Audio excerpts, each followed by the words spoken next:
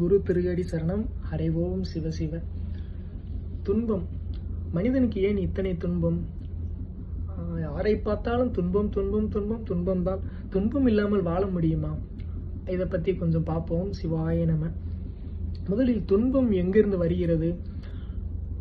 மனிதனின் மனதில் இருக்கக்கூடிய எண்ணங்களே துன்பத்திற்கு காரணம். எண்ணங்கள் அதிகமாக அதிகமாக அதிகமாக துன்பமும் அதிகமாகும். சிவசிவ. ஏன்னா மனிதன் எத்தனை பிறப்பு எடுத்திருக்கானோ அத்தனை பிறப்பினுடைய கோடான கோடி எண்ணங்கள் மனதில் பதிவாகி இருக்கின்றது. அத்தனை துன்பம் வரதானே செய்யும். சிவசிவ. சரி, இதை எப்படி சரி செய்வது? எண்ணத்தை குறைத்தால், எண்ணமே இல்லாமல் வாழ்ந்தால் மனிதனுக்கு அவ்வளோ இன்பம் இருக்கும். உடனே எண்ணம் இல்லாமல் வாழ்வது மிக மிக மிக கடினம். எண்ணத்தை கொஞ்சம் கொஞ்சமாக சரி செய்யலாம். எப்படி என்பதை பார்ப்போம். மந்திரத்தால் எண்ணத்தை சரி செய்யலாம். மந்திரம் அதிகமாக எடுக்க எடுக்க எடுக்க எண்ணங்கள் முதலில் அதிகமாக ஓடும். எண்ணங்கள் கழியும் அல்லவா?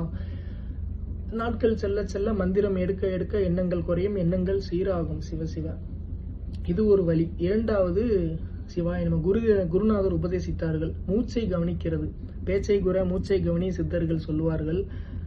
ஒரு நாளைக்கு ஒரு 5 நிமிடம் அமைதியாக உட்கார்ந்து மூச்சை கவனித்தால் எண்ணோட்டங்கள் சீராக இருக்கும். எண்ணோட்டங்கள் இதுவும் ஆரம்பத்தில் அதிகமாக எண்ணங்கள் வரும். நாட்கள் செல்ல செல்ல எண்ணங்கள் சீராகும். இதுவும் ஒரு வழி. சிவசிவ.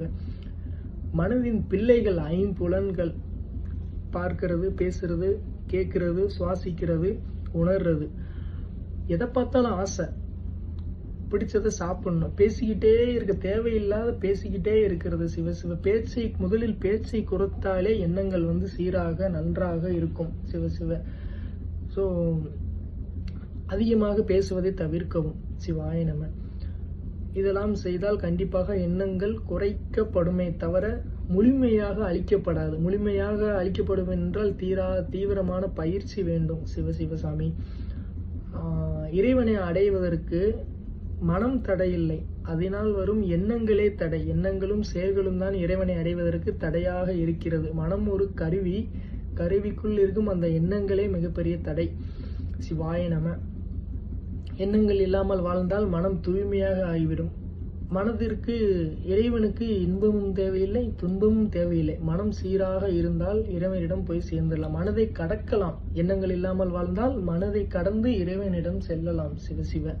சிவாய நம. ஹரி ஓம் சிவசிவ.